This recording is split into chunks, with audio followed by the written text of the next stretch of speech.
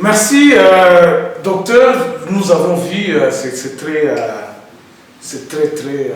banal et puis c'est trop rudimentaire. On se croirait dans le siècle passé. On dirait qu'on est encore, comme on dit, dans l'anthropologie. On ne peut pas comprendre qu'au 21e siècle, où on peut encore avoir des choses comme ça, ça fait très mal. Alors là, nous sommes dans le deuxième A. Donc l'accessibilité, nous avons vu le problème. L'évaluabilité, nous avons vu le problème. Le troisième, c'est l'affordabilité.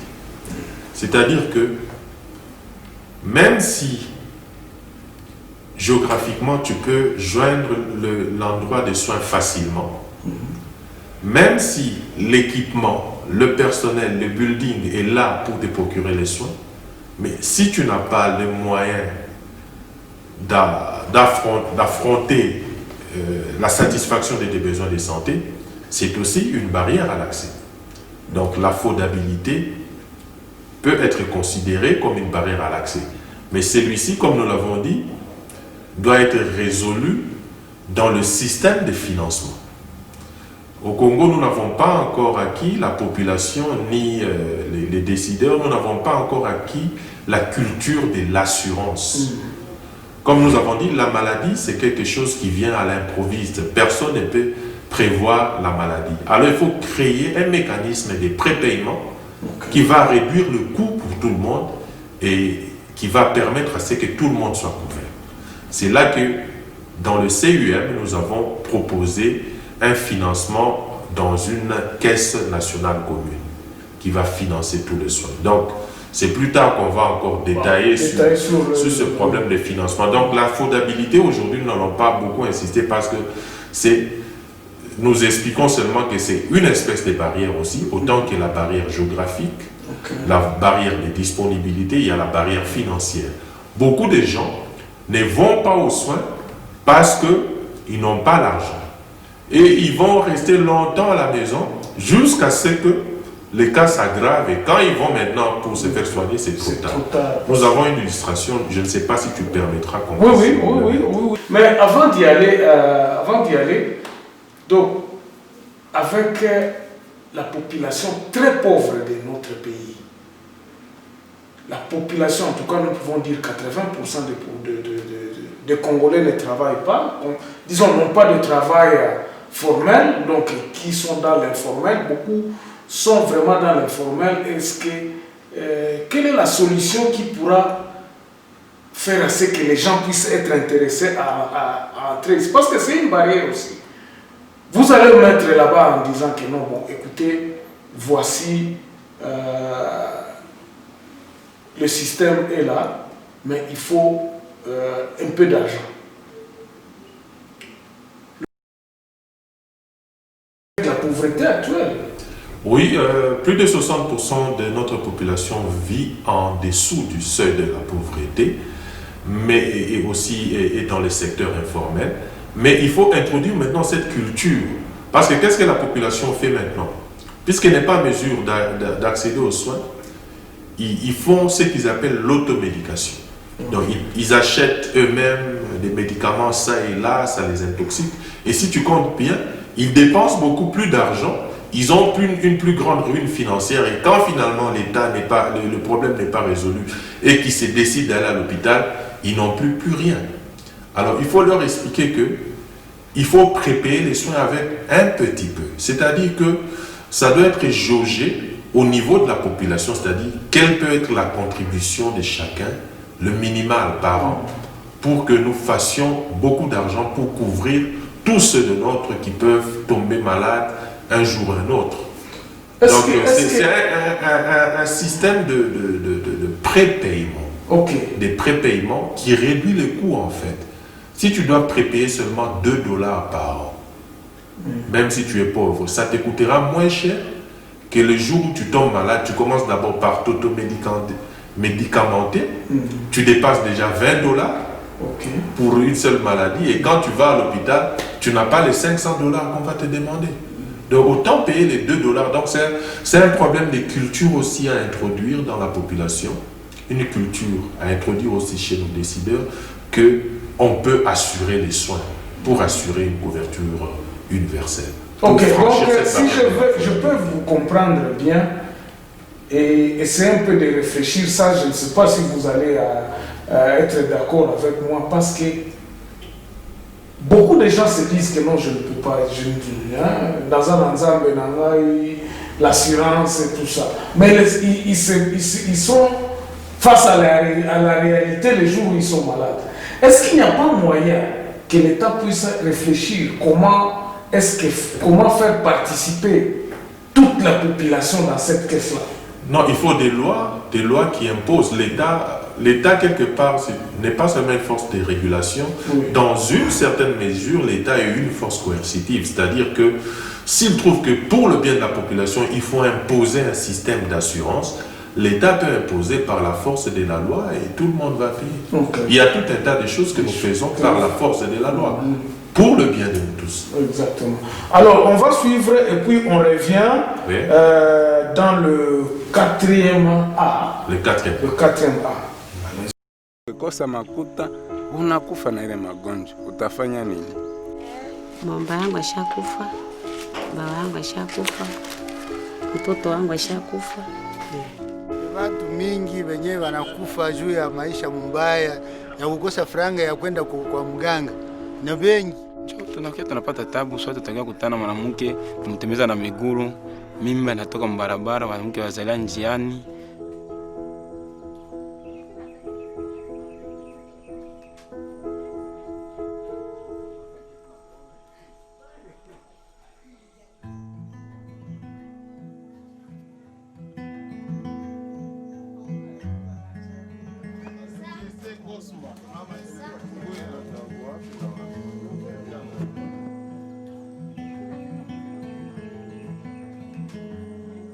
Kuzalia kwa hospitali kutoka hapa kuzalia kwa hospitali iko 10,000 francs. Shie peke wenye wewe mwenye mgonjwa.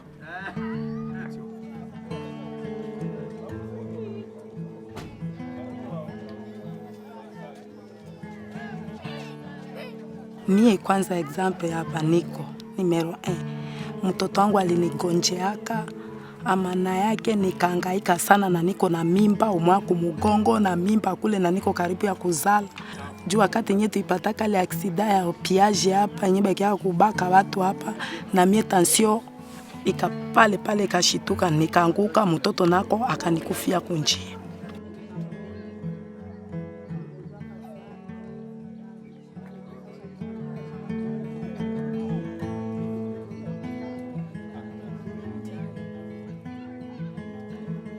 Kunyumba biesa vyetu ya magonjwa. Kama tuko shehe wote usalama kunyumba, sintakuwa na kuraje, tunakuwa na raha. Lakini sasa vini kwa gonjesha siwezi kupata raha. Bisi na amani kunyumba.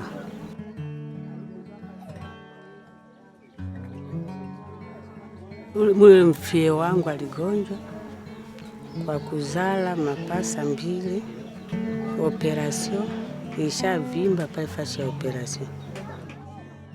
Jusa mimi nilizalaka watoto yangu balikinga maka, balitupianaka migulu ndio wakaniopera. Depuis mefaka ni opere, sisikia yake tumbu mzuri na mwili mzuri na mwili yangu ilishakuwa tu dhaifu sana. Na fazi operation ishavimba. Pale mtu hayapataka afya ya pia. Mwili iko tunazoarika. Sasa namna kwenda tena kurudilia kule kwa daktari kwenda kuangalia nafaa mwae tamwangalia bure. Tafanya nini? Kaika tupe masiku tapataka faranga tena mpeleka kwa mganga.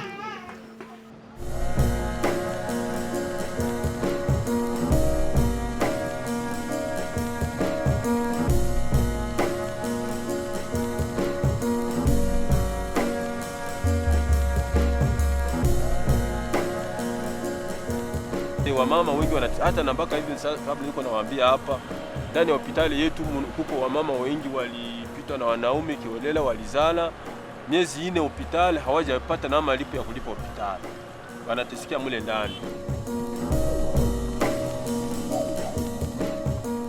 Hiyo wengi wanafika kabisa na hospitali tunawaona. Telemaki alibakia kunyumba siku za kutosha, anakosa pesa za kulipa, anaogopa, wanakia kumnyangula tu, wanafikisha kupita tunafaa constat et puis wanamrudisha na mtu aisha kufa zamani, juu ya ukosefu ya franka pesa. Na wengi wanakufa kufuatana na hali, wanaenda kununua dawa kiolela, franga kidogo kidogo kwenye mafarmasi wanajitumia, epitelemaki haita musifi, anakufa mwa ile hali tu ya ukosefu.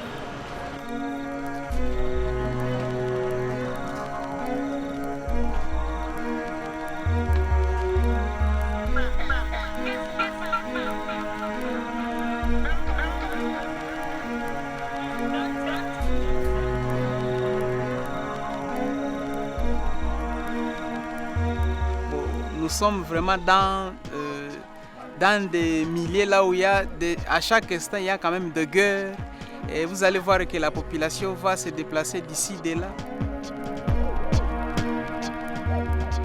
Mbaya nilifikiaka juu ya vita, nikishakumbuka vita ya kuya inawaza mbaya. Ile tena kumbuka mbaya. Mwe nikale tu je. Mwa kusikia vita iko fasi fulani, ube tutakimbia.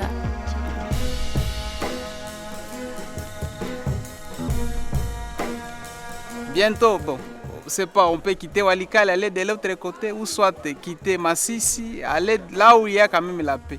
On n'a pas quand même l'assurance de vie parce qu'on se déplace à tout moment. Naweza kachagua kwa mganga juu kusaidia wagonjwa wengine jamaa yetu. Mimi najisikia bien sana kwa watunza moto, na mimi najua kama atapona.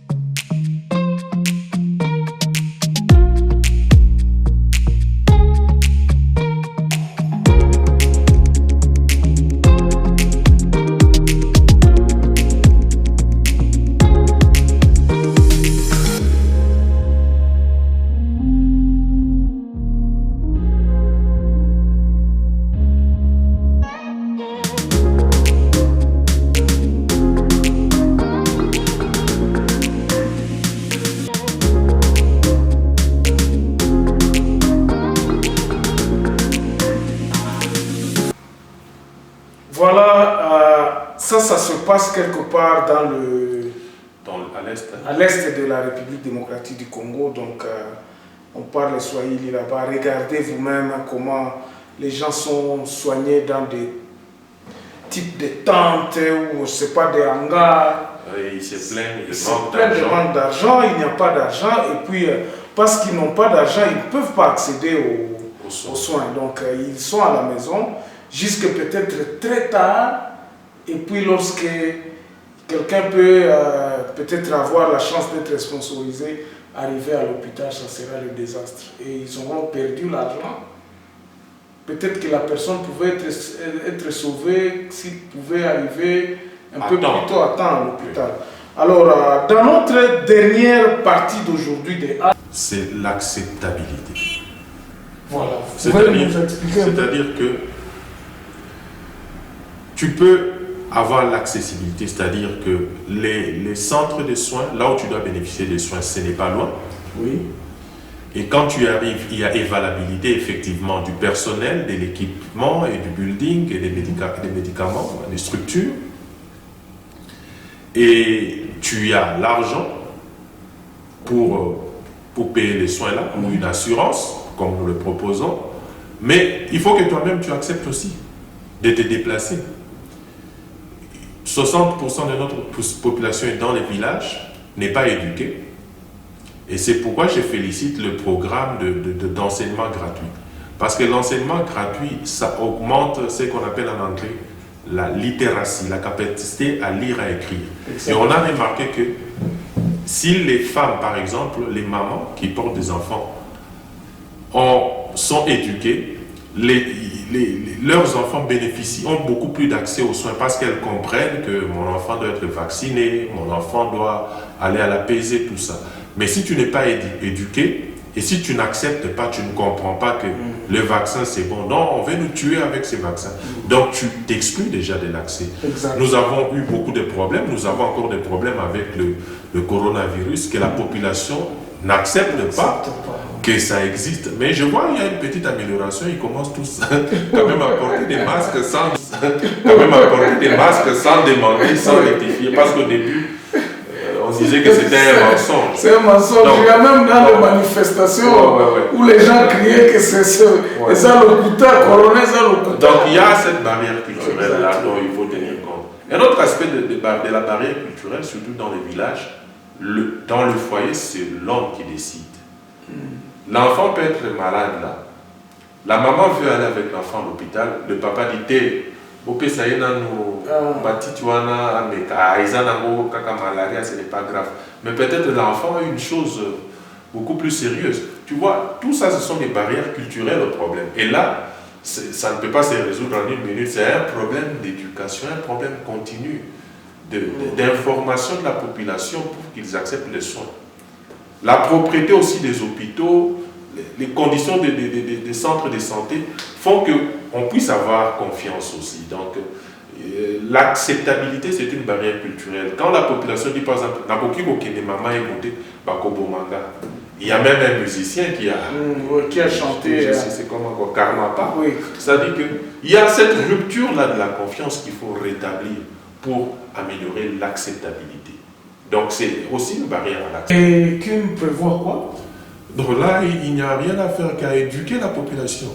Donc l'éducation est une solution. L'éducation est une solution. Quand les gens vont à l'école, ils comprennent mieux que quand ils ne vont pas à l'école. Oui. Alors, je félicite le président de la République et le gouvernement d'avoir appliqué les dispositions de la Constitution qui dit qu'il faut la gratuité de l'enseignement des bases pour que chacun de nous ait au moins une formation minimale. Ça va améliorer aussi la santé. Ça a une implication sur la santé dans le sens de l'acceptabilité. La population va comprendre les règles sanitaires qu'on leur propose. On a eu beaucoup de problèmes avec l'Ebola. Les gens ne savent pas comprendre dans comment il faut enterrer leurs morts, tout ça, parce qu'il y avait un problème d'acceptabilité. Ils s'est méfié. À tel point que le gouvernement avait décidé d'envoyer à l'Est, là où il y avait le problème, les leaders d'opinion, les gens que eux ils pouvaient croire, leurs pasteurs, leurs leaders politiques. Je crois qu'on avait envoyé, comment il s'appelle encore, Moussa Niamous. Donc les gens qui peuvent être des interlocuteurs valables pour que la population accepte. Donc l'acceptabilité se pose avec beaucoup plus d'acuité lorsqu'il y a des grandes épidémies. C'est là que ça pose des sérieux problèmes. Ça, c'est un produit à long terme, donc il faudrait y investir. Donc nous sommes pratiquement arrivés à la fin. Je ne sais pas si vous pouvez nous conclure l'émission ou bien nous rappeler ou bien répondre à des questions que nous n'avons pas évoquées, que vous aviez eues dans vos emails et votre... Écoutez, le numéro de téléphone du docteur est en bas ici. Donc vous pouvez l'atteindre, son email adresse. Si vous avez des questions, vous pouvez lui poser directement. Et lorsque nous revenons ici, nous répondrons pratiquement à vos questions et citer nommément ceux qui nous ont posé comme questions. Je pense qu'aujourd'hui, nous avons essayé d'étaler largement sur l'accès. Nous avons dit que c'est sur 4 A que ça se pose. Si on veut obtenir une couverture universelle, on doit agir sur ces 4 A. Mais une question qui m'a été posée, qui n'a rien à voir avec l'accès, il y a des gens qui m'ont demandé, mais nous recevons l'aide financière internationale à la santé, mais pourquoi ça n'améliore pas notre santé? C'est ça, je crois, la question dont on va parler prochainement. Qui nous aide? En quelle proportion? Quels sont les domaines, les activités dans lesquelles on affecte ces financements extérieurs? Quels sont les canaux par lesquels cet argent-là entre pays? Sous quelle forme? Sous forme de liquidité ou aide technique? Et pourquoi ça ne permet pas d'obtenir une couverture universelle? Parce que la proportion de l'aide financière dans le budget général de la santé, c'est 40%. Wow. Les payés en cash, 40% et l'État 20%. Donc, c'est quand même une grosse part. Alors, on doit essayer de réfléchir pourquoi ce n'est pas bien coordonné, pourquoi ça ne nous aide pas à améliorer la couverture universelle de la santé. C'est une question importante que quelqu'un a posée, que je pense que nous pouvons traiter la séance prochaine. Et puis, ce que nous nous sommes dit que nous allons faire, mais je crois que nous allons améliorer, c'est la langue aussi. La langue, oui. Il faut qu'on... Bandeko bozolanda biso na bolingi nani émission oele kana lingala ou bien na Swahili. Nous sommes encore en train d'étudier comment nous allons le faire, mais c'est question de temps.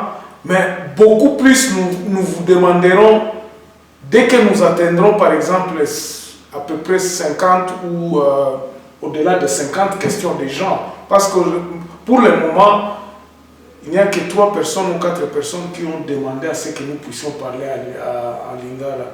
Mais si vous voulez que vraiment nous puissions le faire en lingala, il faudrait que beaucoup de gens puissent nous poser cette question-là ou bien nous envoyer cette demande-là pour que nous puissions voir, commencer à faire 2 fois par semaine. Mais je ne sais pas, ça ne sera pas possible, mais bon, on va étudier. Mais pour l'instant, nous allons, ou soit nous enregistrons l'émission pendant toute une journée, une en français, une en lingala et l'autre en swahili, comme ça on les balance au courant de la semaine. Donc la question est à l'étude. On vous remercie pour vraiment vos interventions et le temps que vous prenez à nous suivre et surtout votre contribution en nous envoyant des critiques parce que c'est cela qui va contribuer à améliorer cette émission. Docteur, merci beaucoup. On se revoit la semaine prochaine. Merci. Au revoir.